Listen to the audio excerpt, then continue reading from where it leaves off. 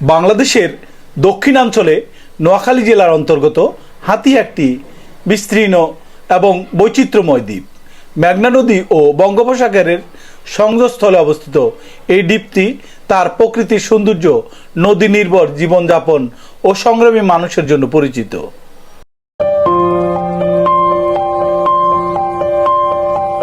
নিঝুম দ্বীপের ঘাট থেকে রওনা করতে করতে আমরা চলে আসলাম একেবারে নলচিরা ঘাট, যেটি এই ঘাট থেকে আমরা চলে যাব নোয়াখালীর ভূখণ্ডে। মেঘনা নদীর বুকে হালকা ঢেউ আর সামনে এক অসাধারণ নদী যাত্রা। আজ আমরা বেরিয়েছি নলচিরা ঘাট থেকে নোয়াখালী চেয়ারম্যান ঘাটের পথে।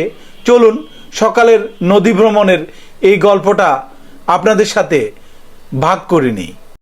দেখতে দেখতে অনেক সময় পেরিয়ে গেছে, এখন সকাল 10টা বাজে। ঘাটে মানুষের জটলা এবং আনাগোনা বেড়েই চলেছে। কেউ যাচ্ছে, কেউ আবার বাজারে, কেউ আবার আমাদের মতো ভ্রমণ নেশায়। বন্ধুরা দেখতে পাচ্ছেন অনেক লোক এখানে জমায়েত হয়ে গেছে এবং আস্তে আস্তে ধীরে ধীরে সবাই জাহাজে উঠছে। আসসালামু আলাইকুম রাহমাতুল্লাহি ওয়া বারাকাতুহু। আমরা যে স্থানটিতে এসেছি সেটা হলো নলচিরা ঘাট। এখান থেকে আমরা যে চেয়ারম্যান ঘাট হাতিয়ার নোয়াখালী যে মেইন ভূখণ্ড সেটার সাথে সেখানে যাব। তো আপনারা দেখতে পাচ্ছেন সেই ঘাটটি, এবং ঘাটে দেখেন প্রচুর লোকজন যারা হাতিয়া থেকে নোয়াখালীর দিকে সেই চেয়ারম্যান ঘাটে যায়। তো এখানে আমরা যেটাতে করে যাচ্ছি সেটি হচ্ছে সি ট্রাক। দেখবো ইনশাল্লাহ আপনাদের সাথে শেয়ার করব, থাকুন আমাদের সাথে। আমরাও আস্তে আস্তে যে ঘাট সেই ঘাটের দিকে যাচ্ছি। দেখুন অনেক লোক, একেবারেই ভিড় অবস্থা। কিছু লোক নামছে, কিছু ওঠার চেষ্টা করছে। আসলেই এক ধরনের উৎসব মুখর অবস্থা মনে হচ্ছে। ভিড় সামনে এগিয়ে যাচ্ছি। বন্ধুরা অনেক লম্বা এই ঘাটটি। হাতিয়ার ইতিহাস বহু পুরনো। নদীর পলি জমে ধীরে ধীরে গড়ে ওঠা এই দ্বীপটি সময় সময় ভাঙন ও ঘটনের মধ্য দিয়ে নিজের রূপ বদলেছে। মেঘনার ভাঙন হাতিয়ার মানুষের জীবনে একটি নিত্য সঙ্গী বাস্তবতা। কখনো নতুন নতুন চর জেগে ওঠে, আবার কখনো বসত ভিটা নদী গর্ভে বিলীন হয়ে যায়। তবুও হাতিয়ার মানুষ থেমে থাকে না, নতুন করে জীবন গড়ে তোলে। প্রকৃতির দিক থেকে হাতিয়া অত্যন্ত সমৃদ্ধ। বিস্তীর্ণ চরাঞ্চল, সবুজ ঘাসে ঢাকা মাঠ, নদীর তীরবর্তী বনভূমি এবং খাল বিল এই দ্বীপের সৌন্দর্যকে বাড়িয়েছে।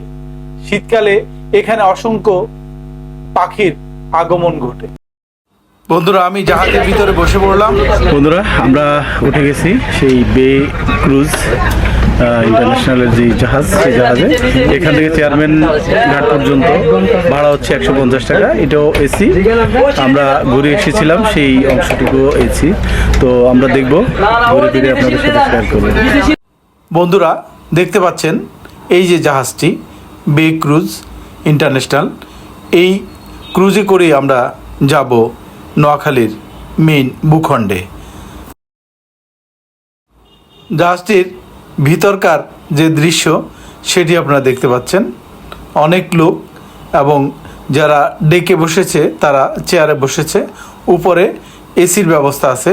আমরা এসি রুমে বসার চেষ্টা করব, তাই সামনের দিকে যাচ্ছি।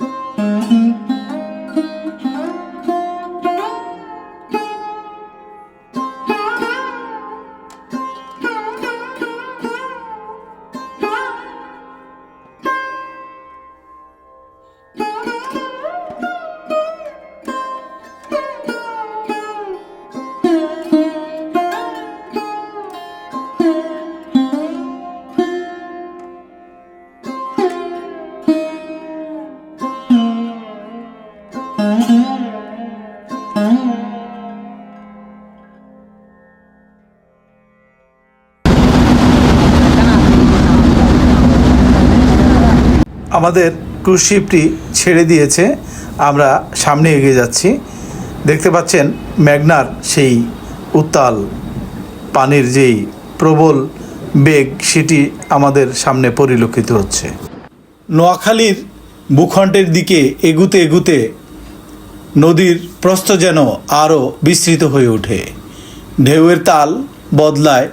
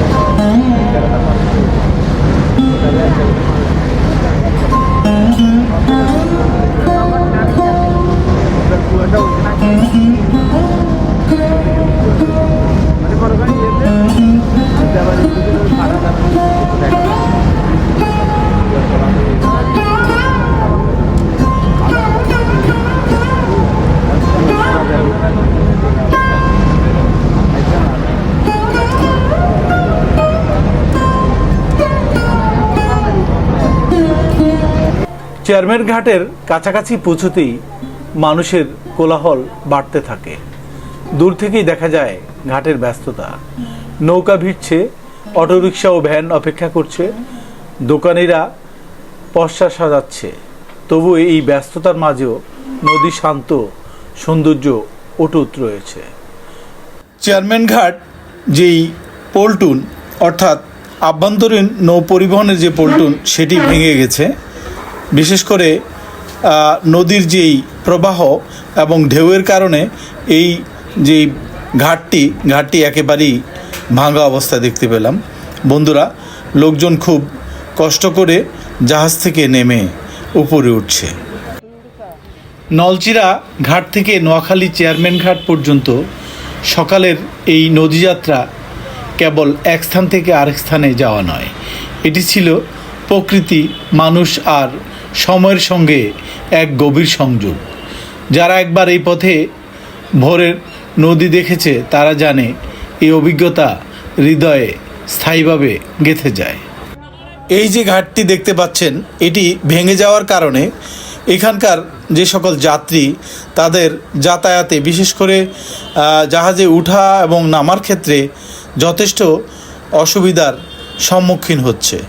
কর্তৃপক্ষ এদিকে একটু দৃষ্টিপাত করবেন, কারণ এখানকার বহু যাত্রী যারা হাতিয়ার পথে যাতায়াত করেন এবং হাতিয়া থেকে চেয়ারম্যান ঘাট এবং চেয়ারম্যান ঘাট থেকে হাতিয়াতে যাতায়াত করেন, তাদের জন্য এই ঘাটটি একেবারেই অবিসম্ভাবী। অর্থাৎ এই ঘাটটির মেরামত এবং প্রস্তুতকরণ খুবই জরুরি। চেয়ারম্যান ঘাটে সি ট্রাক ছাড়াও আমরা দেখলাম যে এখান থেকে স্পিড বোটের এবং ছোট নৌকায়ও যাতায়াতের ব্যবস্থা আছে। তো ছোট নৌকায় যাতায়াত একটু ঝুঁকিপূর্ণ। তো বন্ধুরা, কেমন দেখলেন?